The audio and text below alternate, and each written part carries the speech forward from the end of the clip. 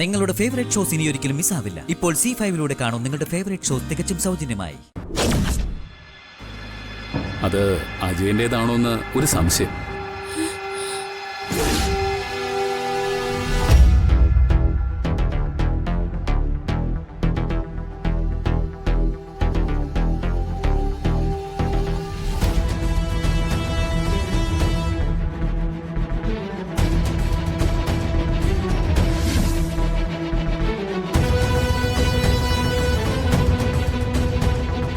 അയാളുടെ ബന്ധുക്കളെയൊക്കെ വിവരം അറിയിച്ചിട്ടുണ്ട്. അവര് വന്ന് ബോഡി ഐഡന്റിഫൈ ചെയ്യും, എന്നിട്ട് ഉറപ്പ് പറയാനാവും. അജയൻ തന്നെയാണെന്നാ പോലീസിന്റെ നിഗമനം.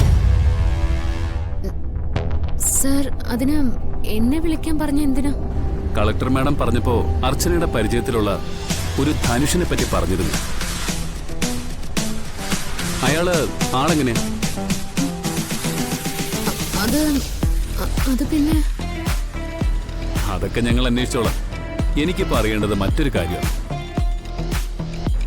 ഞാൻ അർച്ചനയുടെ ഫോണിലേക്ക് ഒരു ഫോട്ടോ അയച്ചിരുന്നുണ്ട്, ഒരു മാലയുടെ ഫോട്ടോ. ആ മാല എവിടെയെങ്കിലും കണ്ടതായി ഓർമ്മയുണ്ടെങ്കിൽ എന്നെ ഒന്ന് തിരിച്ചു വിളിക്കണം. മാലയോ? അതെ, അജയന്റെ എന്ന് സംശയിക്കുന്ന ആ ബോഡി കിട്ടിയപ്പോ ആ ഷർട്ടിന്റെ ബട്ടണിൽ കുടുങ്ങിക്കിടന്ന മാലയത്.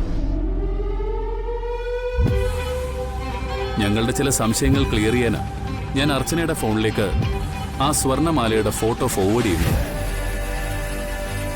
ആ ഫോട്ടോ കണ്ടിട്ട് തിരിച്ചറിഞ്ഞാലും ഇല്ലെങ്കിലും എന്നെ വിളിക്കണം. ശരി സർ, ഞാൻ വിളിക്കാം. ഓക്കെ അർച്ചന, ഫോട്ടോ ഞാൻ ഇപ്പം അയക്കാം.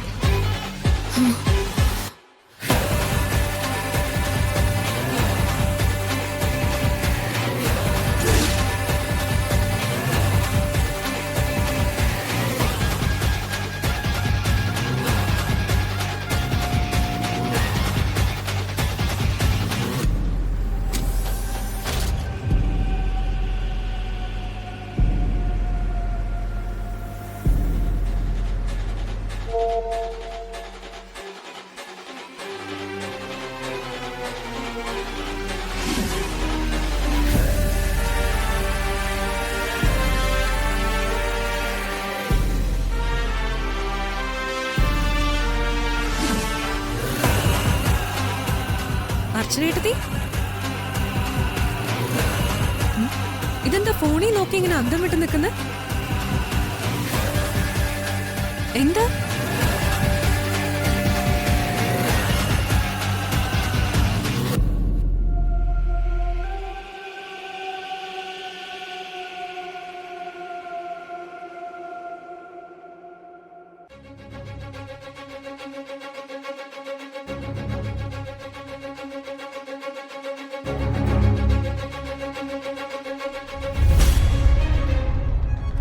ഈ മാല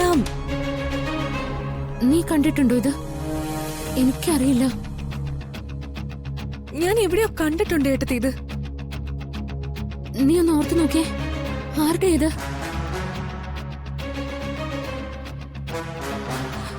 ഏട്ടത്തി, ഇത് ധനുഷിന്റെ മാലയാ. അതെ, ഇത് അവന്റെ തന്നെയാ. ഉറപ്പാണോ നിനക്ക്? ഉറപ്പാ. അവന്റെ കഴുത്തിൽ ഞാനത് കണ്ടിട്ടുണ്ട്. അപ്പോ അജയന് ധനുഷ് കൊന്നാണോ? അതെങ്ങനെയാ? അവനെ കിട്ടിയിട്ടത് നമ്മളല്ലേ?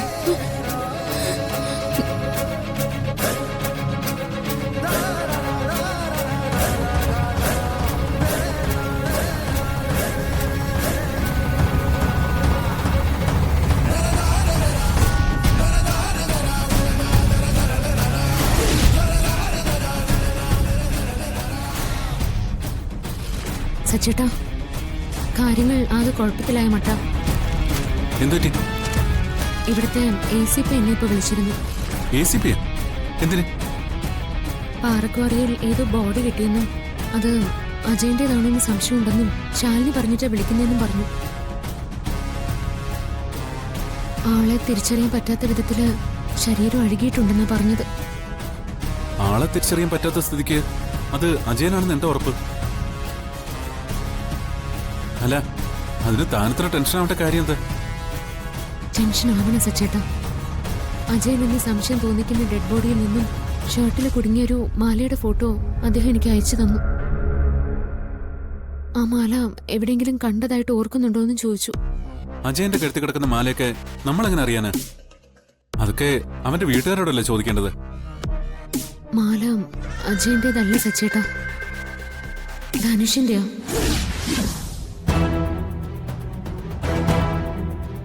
ധനുഷിന്റെയോ? അതെ, അനക കണ്ടിട്ട് പറഞ്ഞു അത് ധനുഷിന്റെ ആണ്. അതാ എനിക്ക് ടെൻഷൻ.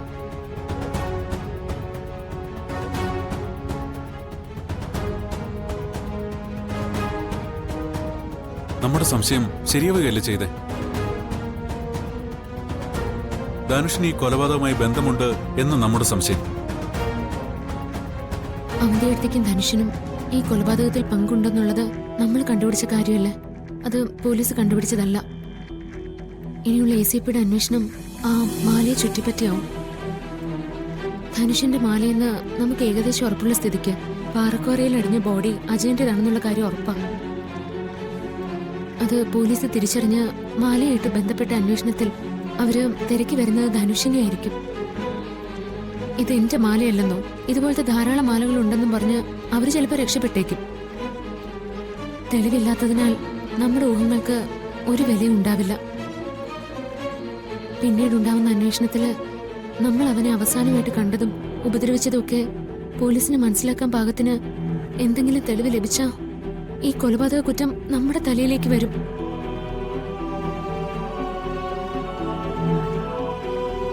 മാലയുടെ അന്വേഷണമായിട്ട് പോലീസ് ഇവിടെ വരുമ്പോ അനഘയെ അജയൻ തട്ടിക്കൊണ്ടുപോയ കഥയെങ്ങാനും അവന്റെ അടുത്ത് പറഞ്ഞ പിന്നെ അനഘ എങ്ങനെ രക്ഷപ്പെട്ടു എന്നാവും ACPയുടെ അടുത്ത ചോദ്യം.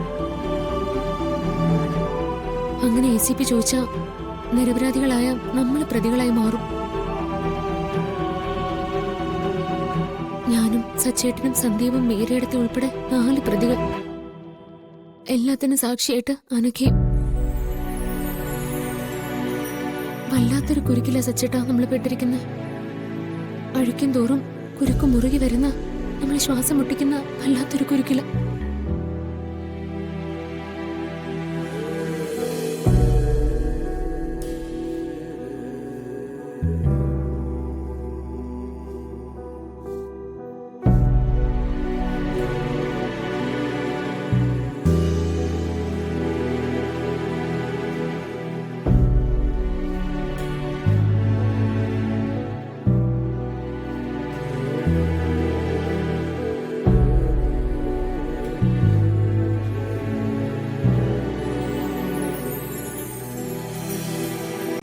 ഡൗൺലോഡ് ചെയ്യൂ C5 ആപ്പ്. കാണൂ എല്ലാ എപ്പിസോഡുകളും സൗജന്യമായി.